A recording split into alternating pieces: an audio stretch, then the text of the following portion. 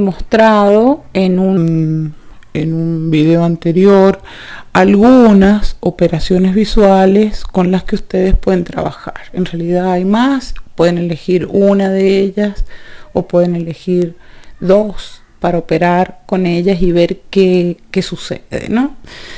Pero de lo que no hemos hablado es de composición. Yo más o menos en el primer cuatrimestre les envié un documento para que vieran algo sobre composición, pero he notado que no han tomado nota de eso, que no lo han asimilado, o por lo menos que no han empezado, excepto alguna que otra persona, han empezado a trabajar en función de la composición. Por eso es que ahora les voy a dar algunas aproximaciones, porque el tema de la composición en las artes visuales es muy complejo.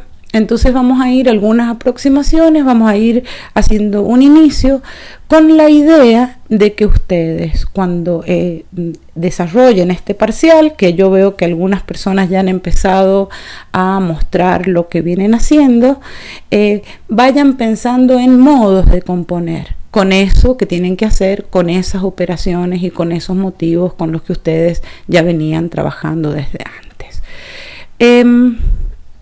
Lo primero que les voy a mostrar es lo que hago generalmente, es buscar en el diccionario, ¿no? A ver qué dice. Y lo que dice sobre composición es la formación de un todo o un conjunto unificado, uniendo con cierto orden una serie de elementos. Entonces, aquí nomás ya tenemos una serie de conceptos para prestarles atención. Por eso yo les pongo énfasis. Formación, todo, conjunto unificado, unir con orden, es decir, dan orden los elementos, que en este caso serían los motivos con los que ustedes trabajan. Después dice conjunto de elementos ordenados, de nuevo, orden, elementos, ¿no? Entonces dice, el término composición significa básicamente organizar. Cualquier obra de arte, de la música o la escritura, se arregla o se compone junto con el pensamiento consciente, es decir, que es una actividad consciente la de la composición. Dice, los diversos elementos en el total del diseño se relacionan generalmente entre sí y a su vez con la totalidad de la obra.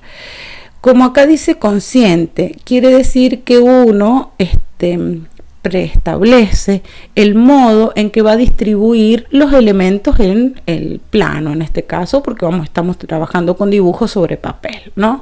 Entonces, dónde es que pongo y cómo es que pongo las cosas en ese plano me van a dar un tipo de composición. Acá dice, cualquier obra de arte, de la música o la escritura se arregla o se compone junto con el pensamiento consciente.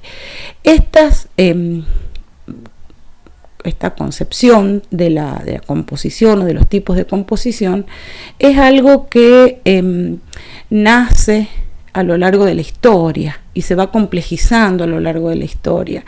Y hay momentos de la historia del arte, como es el Renacimiento, el Barroco, donde esas composiciones o el modo de componer se impone, digamos, en el arte, pero no siempre ha sido así. En el Paleolítico no ha sido así y en la actualidad tampoco están así, pero tenemos que conocerlas para que, como les digo, ustedes trabajen con ellas en este parcial y de aquí en adelante, ¿no?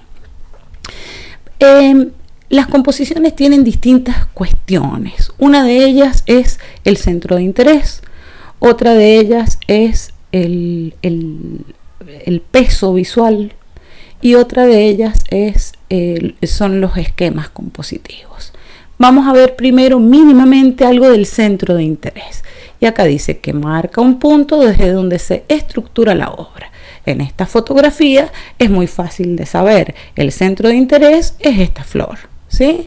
Entonces nosotros apenas miramos la imagen, a donde se nos van los ojos es al centro de interés, que en este caso justo ocupa el centro, ¿no? Pero además tiene otra serie de características que la hacen más llamativa que el resto de la obra, y es, por ejemplo, que en este caso esto está definido y el fondo no, esto está indefinido. Entonces los ojos se van a lo definido, a lo que se puede reconocer.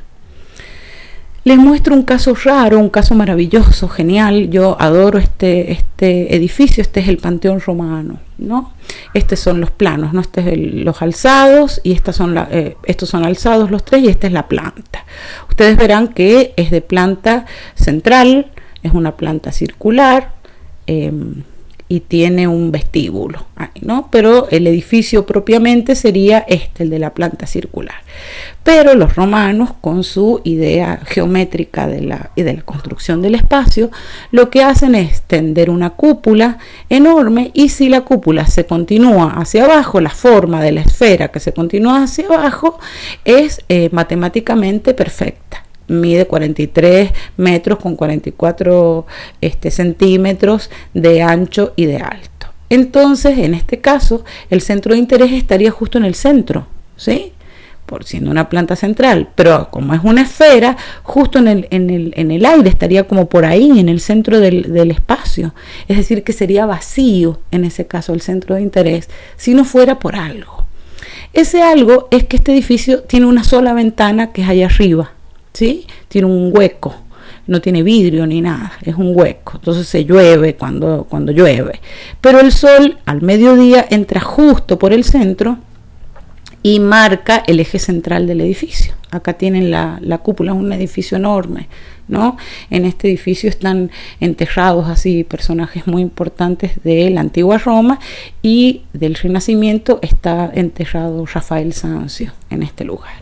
Entonces la única ventana es esta, y por allí entra el sol, y el sol, esta es una imagen obvio con un gran angular, para que se vea más, porque es muy difícil de tomar una fotografía desde el interior de la esfera. El sol se mueve, la luz se mueve a lo largo del día, pero hay un solo momento donde se marca el eje central, el punto central, el centro de interés del edificio, que en este caso sería un vacío. Acá les muestro una obra de Piero della Francesca, que es una Sacra Conversación, se llama, donde está la Virgen con el niño, los santos, ahí está San Francisco, qué sé yo, y acá está el donante de la obra, el que la ha hecho pintar, ¿no?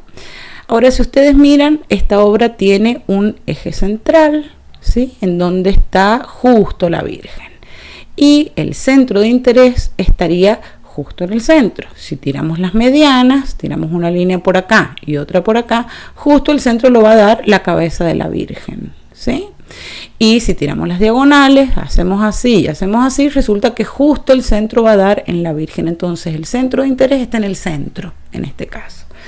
Piero della Francesca hace unos juegos allí y le pone un huevo colgando de esta pequeña bóveda en una forma absidial, eso es como una especie de ábside. Entonces le cuelga un huevo que marca justo el eje central y que hace también de centro de interés. Uno como que mira estas dos cosas. Entre las cuestiones de esta obra que marcan que el centro de interés es la Virgen, es porque temáticamente el tema es la Virgen hablando con los santos o reunida con los santos. Entonces está justo en el medio, y la cabeza justo en el medio del cuadro y de una forma geométrica. Pero además ella está iluminada, todo está iluminado, pero fíjense cómo Piero della Francesca le ha hecho un rectángulo oscuro atrás, inclusive la ropa oscura, para que se distinga más. Es decir, que ha usado allí también el contraste para marcar el centro de interés. Miramos esta obra. Esta es una obra maravillosa del Egipto antiguo, se llama El escriba sentado. No es un faraón, sino que es un escriba. Pero el centro de interés no está en el centro de la obra, no es acá. Si yo miro esta obra, justo la parte central sería esto, y eso que son como las costillas cercanas a la panza no son el centro de interés. A donde se nos van los ojos cuando vemos esto es acá, es a la cabeza. Es decir, que el centro de interés en este caso estaría arriba. ¿Por qué? Y bueno, es así porque esta es una imagen que está organizada de forma triangular, ¿sí? Y porque nos está mirando directo a los ojos. Entonces nuestra percepción al mirar al escriba sentado se va directamente a la cara y específicamente a los ojos. Es decir, que aquí el centro de interés está arriba. En la anterior que vimos está en el centro. En la anterior está en el centro, pero es vacío, ¿sí? Entonces aquí está arriba. Si lo miramos de cerca, tiene otro dato más. Esto es una imagen tallada en piedra, en una piedra blanda, y después está policromada, es decir, que está pintada. Pero los ojos brillan porque están hechos de conchillas. Entonces eso le da mucha vivacidad. Y el brillo de los ojos es algo que además de la mirada directa hacia nuestros ojos, eso es algo que le agrega interés a la cabeza. Entonces, ¿cuál es el centro de interés en el escriba sentado? Y bueno, es la cabeza y específicamente los ojos. Acá tenemos una imagen de Goya y el centro de interés, bueno, ya lo saben, es esto. Es el hombre que están por matar, son los fusilamientos. Fíjense que acá hay cadáveres con sangre chorreada, ni siquiera eso nos llama tantísimo la atención como este hombre que está justo en el momento en el que lo van a matar, ¿no? Todas las bayonetas dirigen la tensión, digamos, hay una gran tensión a este punto, e inclusive él con estas dos ejes de los brazos marca el punto donde le van a pegar los tiros en el instante que sigue, ¿no? Está pronto a suceder, ¿no? Por otro lado, fíjense cómo Goya organiza el pelotón de fusilamiento, que están uno detrás del otro, pero además están casi en una línea horizontal que se abre, pero que se continúa a la punta de la bayoneta, que nos señalan cuál es el centro de interés. Y además la camisa del que va a ser fusilado es blanca. Y resulta que, en contra de lo que siempre pensamos, el color más pesado, digamos, en una obra es el blanco, el más liviano es el negro. ¿Sí? Al revés de lo que uno pensaría que lo negro es más pesado. Pues no, el blanco es más pesado, se impone. Por lo tanto, marca en este caso el centro de interés con blanco. Y entonces el centro de interés se sitúa en un lugar particular que, como les dije recién, no es el centro. Es decir, que el centro de interés puede estar en cualquier lugar de la obra, o puede haber más de uno también. Bueno, acá les muestro una obra de Miguel Ángel que ustedes ya conocerán, en la que Dios le está dando la vida a Adán, ¿no?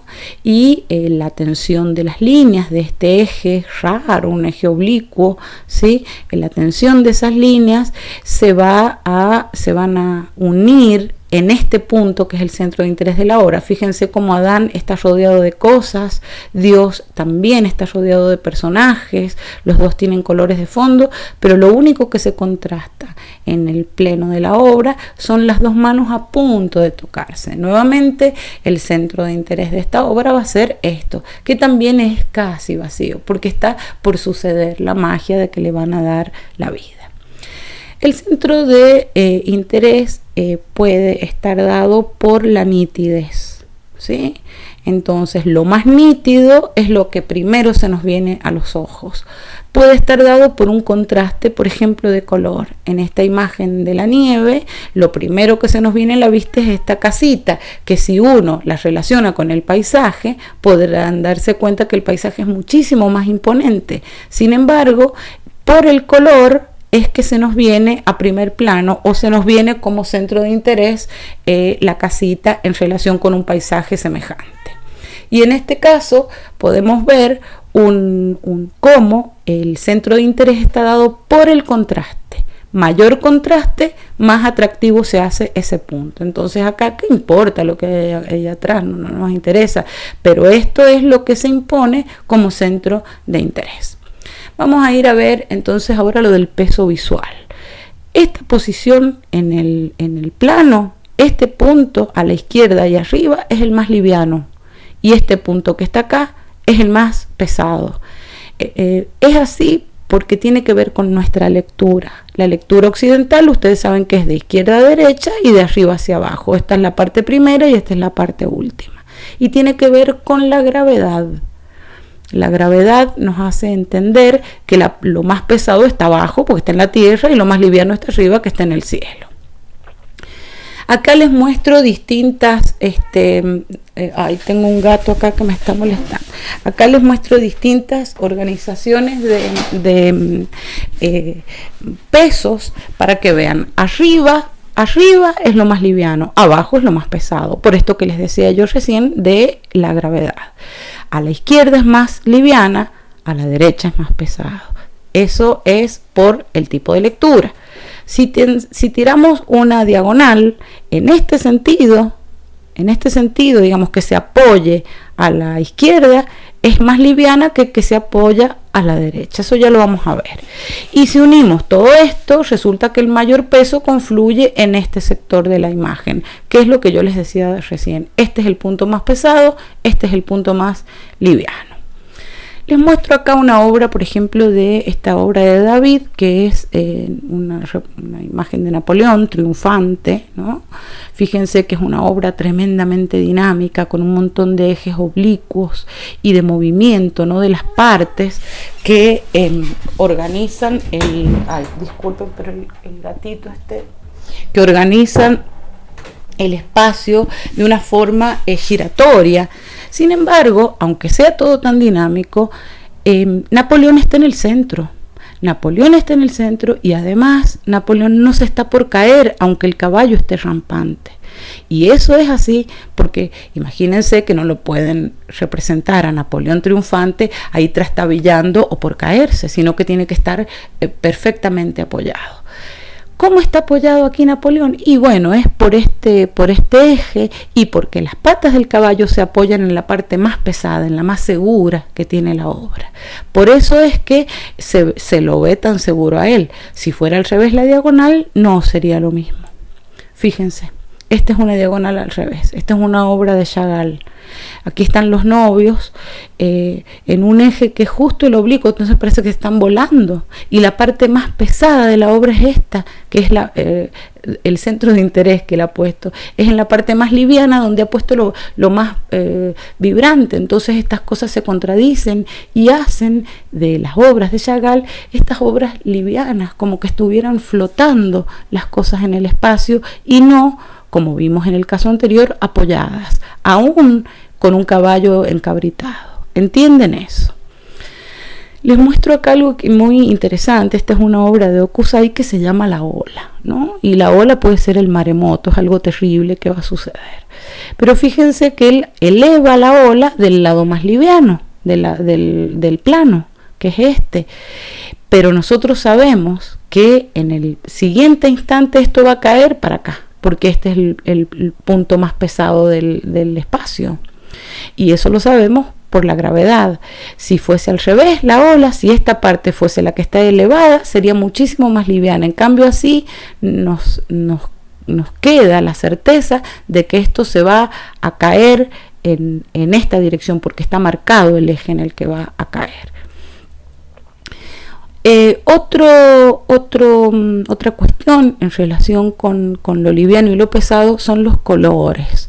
Los colores cálidos, como en el caso acá de la arena, son muchísimo más pesados que los colores fríos, como es el caso del agua o el cielo. Siempre esto se aliviana y esto es muchísimo más fuerte, más pesado. Entonces, recuerden ustedes, el centro de interés es un tipo de cuestión a tener en cuenta en la composición. El lugar donde se ubican las cosas van a ser más pesadas o más livianas. La nitidez va a ser algo que le va a dar mayor entidad, o también los colores, esos contrastes. Eso sería una cosa muy general, pero hay esquemas para componer simples. Hay infinitos tipos de composiciones y yo les voy a mostrar algunos. Acá tienen una que es simétrica, una que es triangular, en cuña, en aspa, en diagonal. La diagonal puede ser para este lado o puede ser para este otro, en forma de T, de L, de S, radial, ovalada, etc. Yo les voy a mostrar algunos ejemplos de esto. Les voy a mostrar en primer lugar una obra de Leonardo da Vinci, que es una composición simétrica, pero es bilateral. Es decir, que si uno le tira un eje justo por el centro, de un lado y del otro, el peso está distribuido de la misma manera, ¿sí? Si vemos este pie no está igual que este, no es una simetría geométrica exacta, lo mismo que las piernas están las dos mirando para el mismo lado, pero la cantidad de lleno y la cantidad de vacío, tanto de un lado como del otro, del dibujo en relación con el eje central, resulta que pesa exactamente lo mismo. Lo mismo que en este caso, que son unas compañeras de viaje de esta pintura preciosa que no es una simetría geométrica, porque de este lado están las flores, de este otro lado está la canasta con naranjas. Pero si ustedes se fijan, la cantidad de llenos y vacíos, el volumen de los vestidos, los dos sombreritos, la forma de las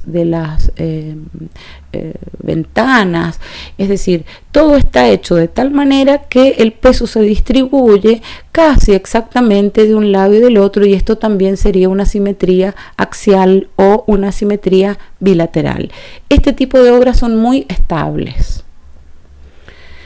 Esta es una simetría, también esto es una arquitectura, ¿no? Es una cúpula, pero es una simetría radial. Es decir, que tiene un centro y todas las formas se distribuyen en forma de rayos alrededor de un centro.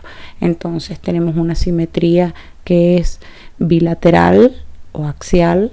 Tenemos esta otra simetría que es radial, o una simetría como esta obra que ya la hemos visto, se las traigo de nuevo para que vean que es una simetría radial también, es decir, este sería el centro y los ejes se distribuyen alrededor de él y los pesos se distribuyen de forma equitativa en todo el movimiento o en toda la superficie de la obra. Esta es otra simetría, esta es una simetría traslatoria. ¿Sí? Quiere decir que tenemos un elemento como un módulo que se repite una y otra y otra y otra vez, siempre con el mismo peso y siempre con marcando un ritmo.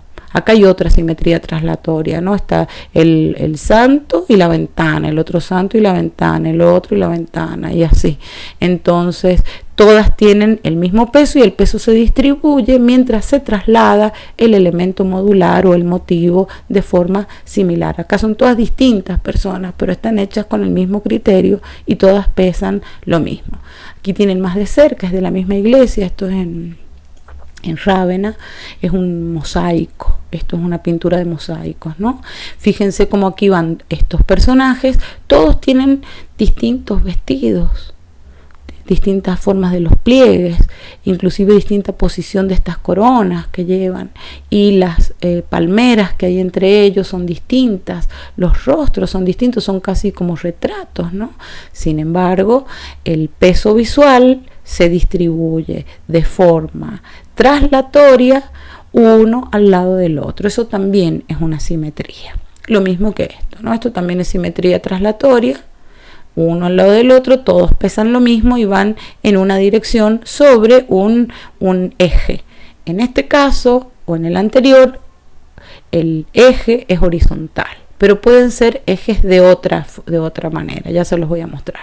Acá tenemos una simetría radial con una simetría por traslación, ¿sí? Lo mismo que hay. Entonces, son modos de componer.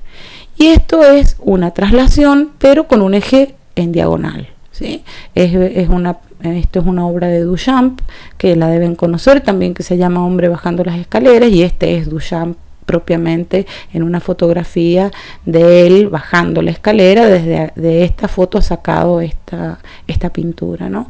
Entonces es una composición de simetría traslatoria, pero con un eje en diagonal.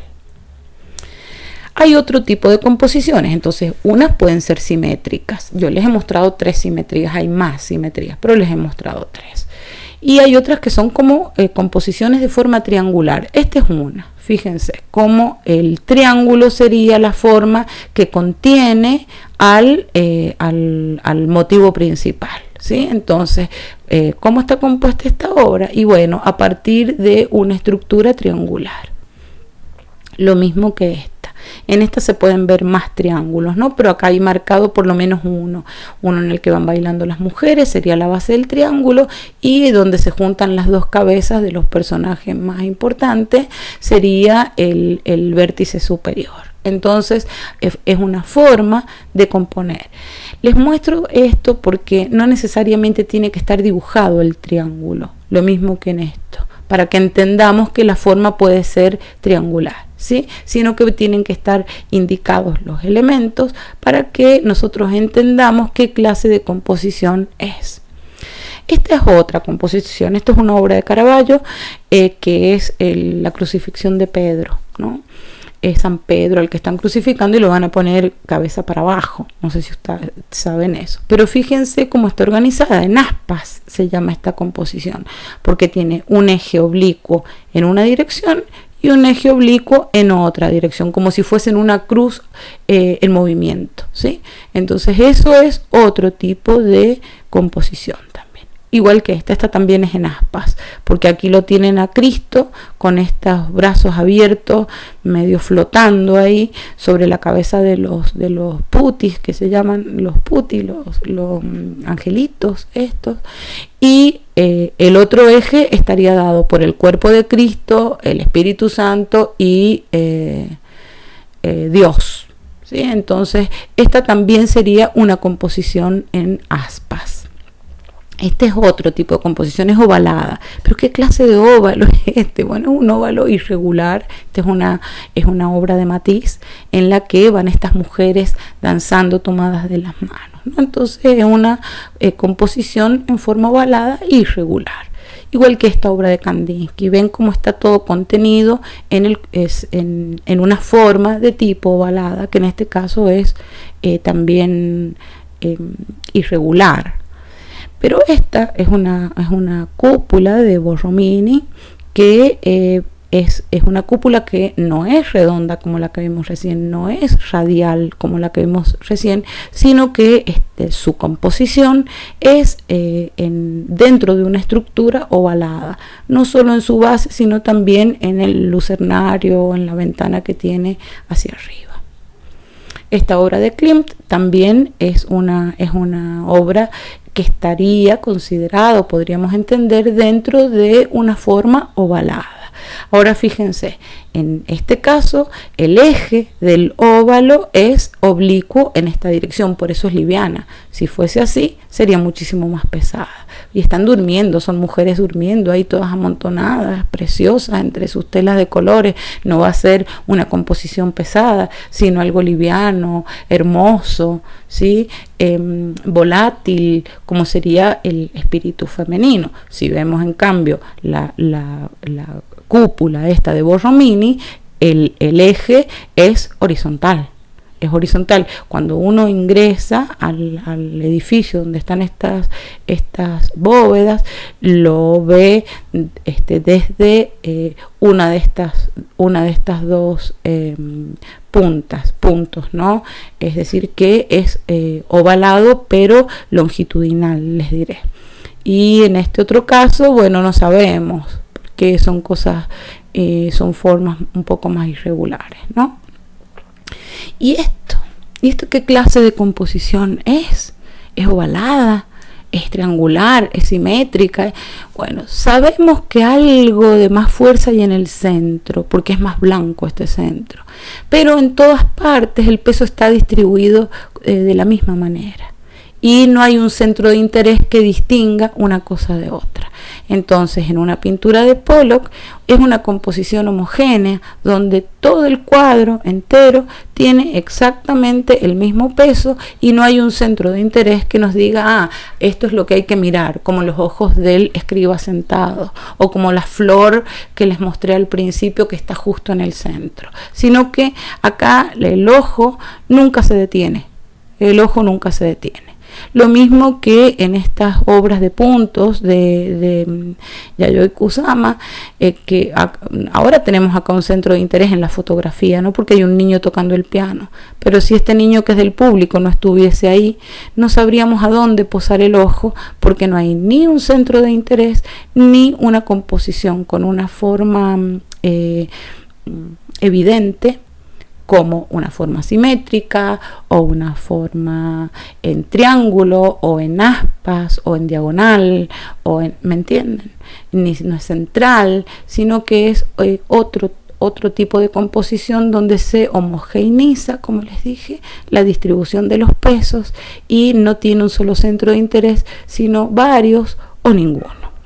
Eso es lo que tenía para mostrarles sobre composición.